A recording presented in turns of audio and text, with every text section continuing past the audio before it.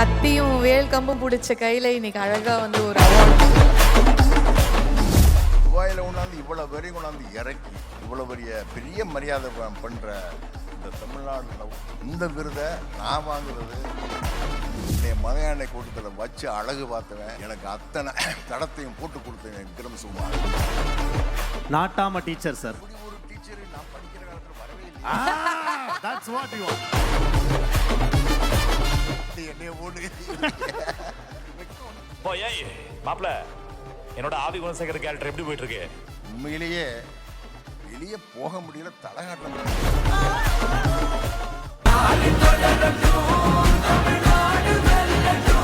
ஆச்சி மசாலா எந்த சமையலும் ருசி தேடும் ரகசியம் 20 ரூபாய். அடுத்த விருது யாருக்கு போகுது அப்படிங்கறத ஏவில பாத்துடலாம். தமிழ்நாட்டுல மொழிப்போர் உக்கிரமா இருந்த சமயம், ராமநாதபுரம் பெருநாளில ஸ்கூல்ல லீவு கிடைக்குமேன்னு ஒரு பையன் போராட்டத்துல கலந்துக்கிறான். அப்போ தமிழ் மொழி மேல காதலாகி வாசிப்பும் எழுத்துமா வளர்ந்து பியூசி முடிச்சு மிலிட்ரியில சேர்ந்தான். ஊருக்கு திரும்ப வந்தவன் தபால் வேலைக்கு நடுவுல நாவல் எழுதி வட்டார மொழி எழுத்தாளரா தடம் பதிக்கிறான். ஆளோட கெத்த பார்த்துட்டு நீங்க நடிச்சே ஆகணும்னு இயக்குனர்கள் இழுத்துட்டு வர முதல் படமே நேஷனல் அவார்ட் ஃபைனல். கெத்துக்கு பஞ்சம் வைக்காம சரித்திரம் எழுதும் அந்த நடிகன் வேலராமமூர்த்தி. சாதாரணமான சம்பவம் எப்போவாச்சும் தான் சரித்திரமா.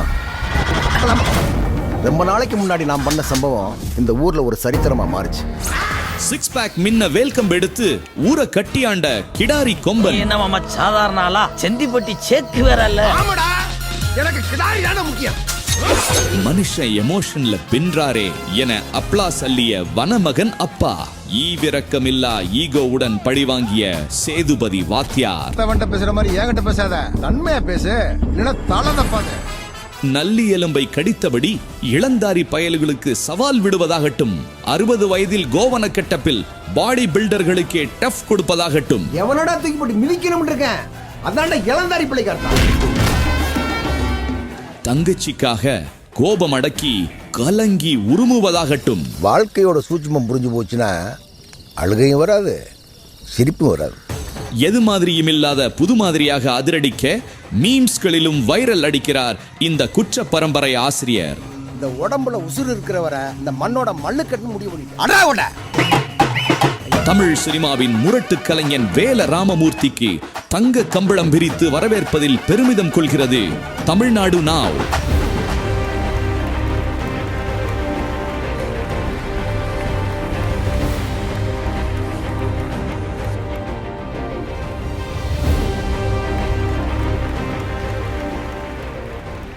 கத்தியும் வேல் கம்பும் பிடிச்ச கையில இன்னைக்கு அழகா வந்து ஒரு அவார்ட். ரொம்ப சந்தோஷமா இருக்கு. நீங்க எப்படி ஃபீல் பண்றீங்க? இந்த விருது தமிழ்நாடு நவ் எதுக்கு அவார்டு? ஏதோ படத்துக்கா, ஏதோ கேரக்டருக்கா என்னன்னு கேட்டேன். இல்லை, ஒரு படத்தோட முக்கியமான வேறா இருக்கிற அன்னை செல்வமணி அவர்கள் சொன்ன மாதிரி மரம் இருக்கு, கிளை இருக்கு, இலை இருக்கு, என்னென்னமோ இருக்கு, ஒரு பெரிய அப்படி ஆலமரம் மாதிரி இருக்கு. ஆனால் அந்த வேர் இருக்கு பார்த்தீங்களா, அந்த வேறு மாதிரி இருக்கிற கேரக்டர்ஸில் வாழ்கிற நடிகர்களுக்கு இந்த அவார்டு கொடுக்குறோம் அப்படின்னு கேள்வி. இப்போ நாம் பார்த்த விஷயங்கள்லாம் என்னென்னா, சினிமாவில் ஹீரோக்களுக்கு, ஹீரோயின்களுக்கு, காமெடியன்களுக்கு, வில்லன்களுக்கு இப்படி ஒரு கேரக்டர் தேர்ந்தெடுத்து இப்படிப்பட்ட கேரக்டர்களுக்கு தான் விருதுகளை வழங்கிட்டு வர்றாங்க. இந்த ஒரு துணிச்சலும் என்ன, இந்த ஒரு காரியத்தை வந்து எவ்வளவு துணிச்சலாகவும் புதுமையாகவும் இந்த ஏற்பாடை பண்ணி, அது துபாயில் கொண்டாந்து இவ்வளோ வெறி கொண்டாந்து இறக்கி இவ்வளோ பெரிய மரியாதை பண்ணுற இந்த தமிழ்நாடு இந்த விருதை நான் வாங்குறது. நான் பல விருதுகள் வாங்கியிருக்கிறேன். பல விருதுகள் எல்லாம் யாரோ அன்னை சொன்ன மாதிரி ஸ்ரீமன் சொன்னான்னு நினைக்கிறேன். பல விருதுகளில் பெரிய விருதுகளை நான் நாமினேஷனில் இருந்தேன். ஆமாம், செய்யுமா எல்லாம் பெரிய விருதுகள் எல்லாம் ஃபிலிம்ஃபேர் எல்லாத்துலேயும். அந்த நாமினேஷனில் 4 பேரில் முதல் ஆளாக இருப்பேன்.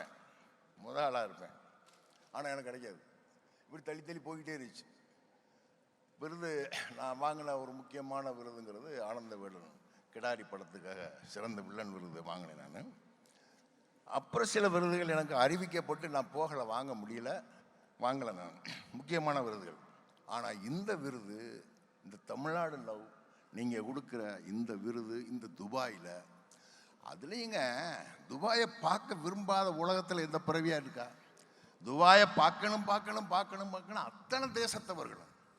என்ன நம்ம கனவு பூமி துபாய்.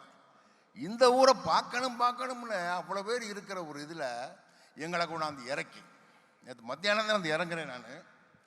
மத்தியானம் இறங்கியிருக்கேன். மத்தியானம் இங்கே என்னென்னா உடனே சாப்பிட போகணுன்னாங்க.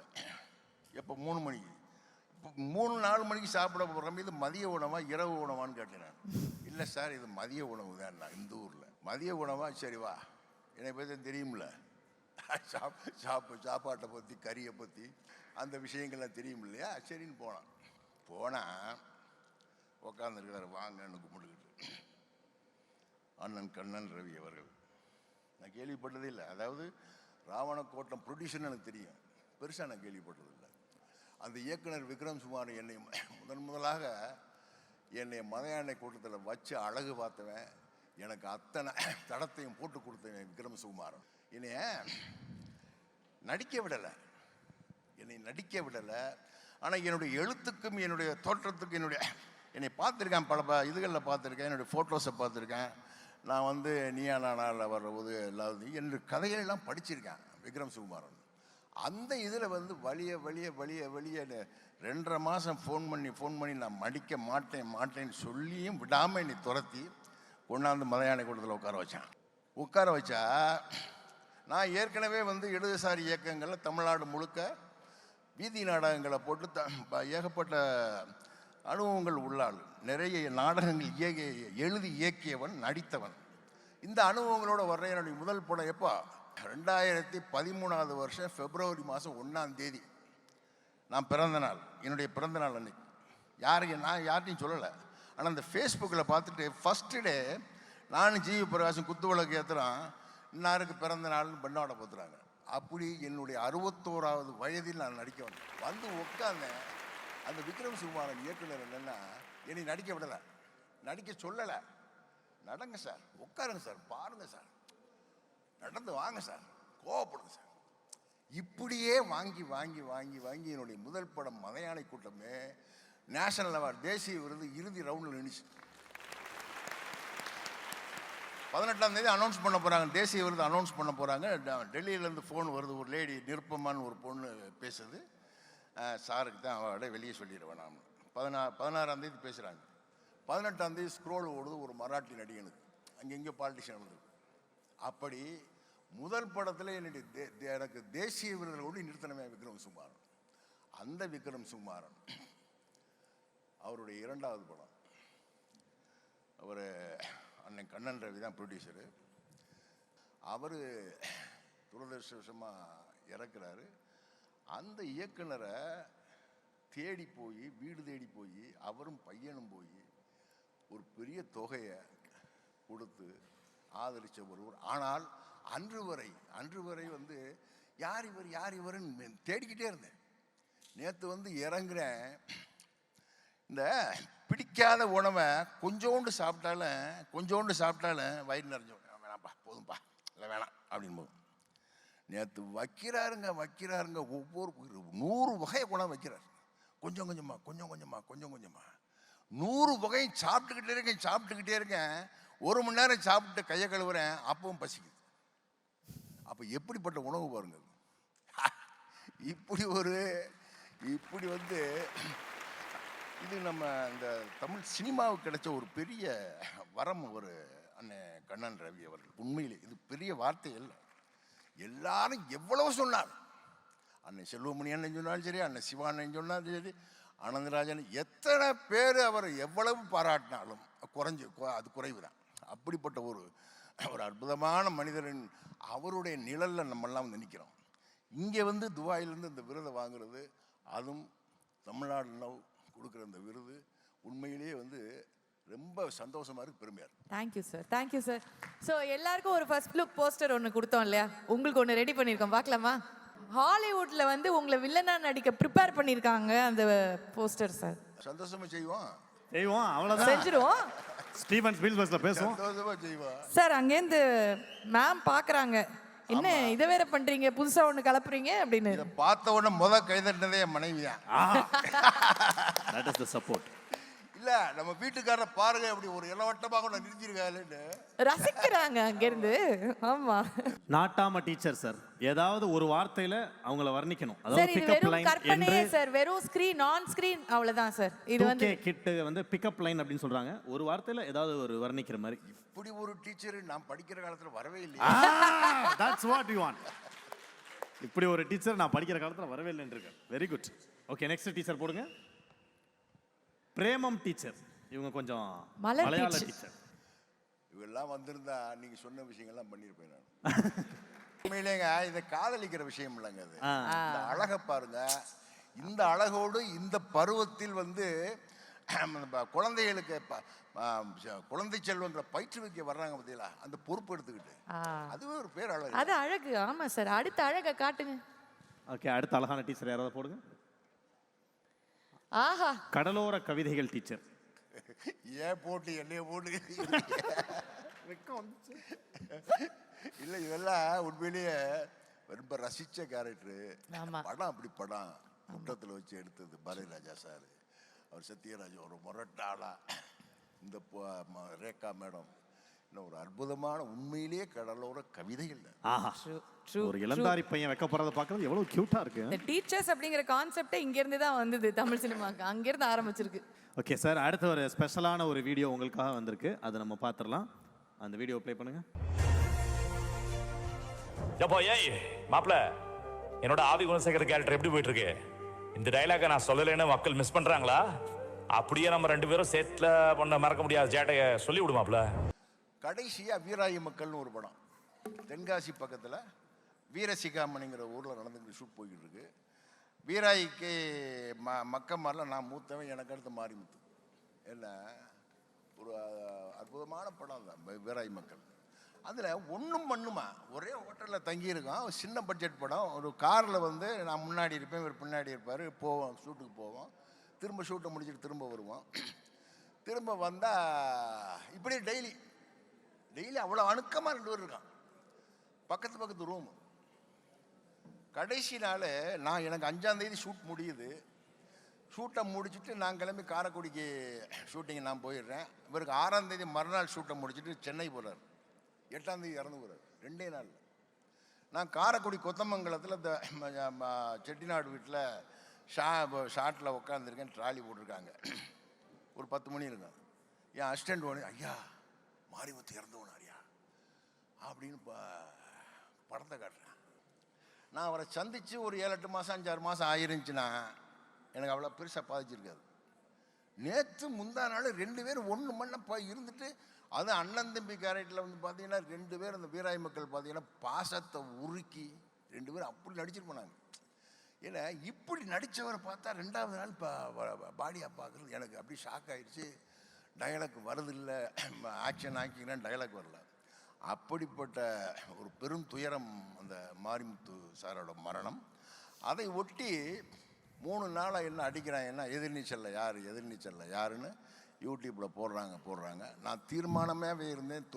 ரொம்ப காலத்துக்கு முன்னாடி எனக்கு ஒரு பெரிய வாய்ப்பு வந்தது. நான் தொலைக்காட்சி துறை நடிக்கக்கூடாதுன்றது. நான் இந்த 3 நாளாக போடுறாங்க. இவர் தான் போய்கிட்டு இருக்கு. அவர் 3ஆம் நாள் காரியத்தை வந்து ஊரில் போய் முடிச்சுட்டு டைரக்டர் நேராக காரைக்குடி வர்றாரு. சார் காரைக்குடிக்கு 10 கிலோமீட்டரில் வந்துக்கிட்டு இருக்கு சார், எங்கே சார் இருக்கீங்கன்னாரு. லொக்கேஷனை போட்டேன், வந்துட்டார். அந்த கேரவானில் ஏறுற போதே சொல்கிறாரு சார், டைரக்டர் திருச்செல்வன் சார் சொல்கிறாரு, சார் இதை நீங்களும் நானும் முடிவு பண்ணல, 25 லட்சம் பேர் முடிவு பண்ணிட்டான், நீங்கள் தான் அந்த கேரக்டர் அப்படின்னு ஏறினார். எனக்கு நான் என்ன இல்லை சார், அதெல்லாம் முடியாது சார், அப்படி எவ்வளோ சொல்லி பார்க்குறேன். என்னென்னா இவர் வர்றாரு, 13ஆம் தேதி வர்றாரு. நான் 19ஆம் தேதி காரைக்குடி ஷூட்டை முடிச்சுட்டு 20ஆம் தேதி பாரிஸ் போகிறேன். லிட்டில் ஜாப்னான்னு ஒரு படம் பண்ணுறதுக்கு 38 நாள் நான் வரமாட்டேன், பாரிஸில் இருப்பேன். அதையும் சொல்கிறேன். இல்லை சார் நீங்கள் போயிட்டு வாங்க சார், நான் கதையை நகர்த்துக்கிறேங்கிறார். சரி எப்படியா பார்ப்போம், அப்புறம் 1-1.5 மாதம் கழித்து வந்து பார்த்துக்குறோன்ட்டு ஏறி போயிட்டேன். போய் பாரிஸில் போய் இறங்குறேன். 21ஆம் தேதி இறங்குறேன். 25ஆம் தேதி ஃபோன் வரும், சார் உடனே வாங்க சார், கதையை நகர்த்த முடியலன்னு. அங்கே பாரிஸில் கரெக்டாக ஃப்ரெஞ்சுக்காரன் ஷெட்யூலை போட்டு வச்சுருக்கேன், ஒரு நூலை அசைய முடியாது. அப்புறம் இவர் சார் எப்படியா வாங்கங்கிறாங்க. அங்கே வந்து ஃப்ரான்ஸில் வந்து சாட்டர்டே சண்டே வந்து ஹாலிடே, யாரும் ஒர்க் பண்ண மாட்டாங்க. அதை ஒட்டி வந்த திங்கள் செவ்வாய் வந்து எனக்கு ஷூட் இல்லை. இந்த சனி ஞாயிறு அந்த 4 நாள் எனக்கு லீவுன உடனே கேட்டேன், நீங்கள் போயிட்டு வந்துடுங்க, ஆனால் ரிட்டர்ன் டிக்கெட் நாங்கள் தான் போடுவோம். அவன் ஏன்னா போயிட்டு நீங்கள் வராமல் இருந்தீங்கன்னா அப்படின்னு ரிட்டர்ன் டிக்கெட் 2,70,000 போட்டாங்க. வந்தேன், 4 நாள் நடித்தேன், எதிர்நீச்சல் நடித்து கொடுத்துட்டு போனேன். இப்படி எதிர்நீச்சலில் நான் உள்ளே வந்தேன். அவர் மாரிமி சார் இடத்துக்கு வந்தேன்.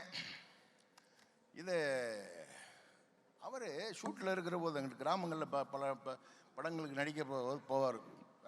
இந்த ஜனங்கள் வேடிக்கை கூடுமில்ல ஷூட்டிங் பார்க்க, பொம்பளை பிள்ளை குழந்தைகள்லாம் எதிர்நீச்சல் பார்க்குறியா அப்படிம்பார். பார்க்குறேன் சார் அப்படி இப்படின்னு சொன்னால் சந்தோஷமாக பேசுவார். இல்லை பார்க்கல அப்படின்னு அடிக்க போவார். எதிர்நீச்சல் பார்க்காம இருக்க அப்படின்னு அடிக்க போவார் வாரி ஊற்று.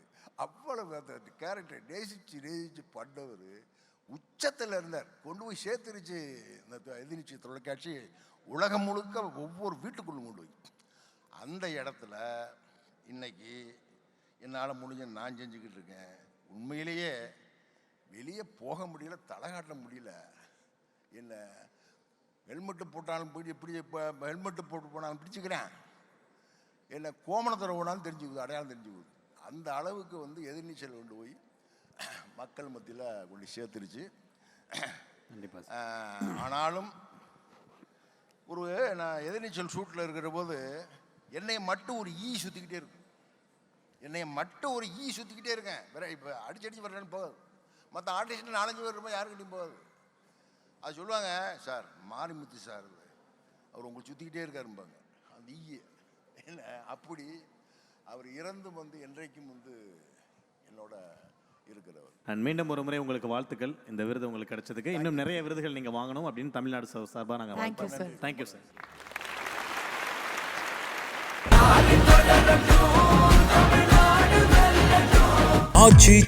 எந்த சமையலும் ருசி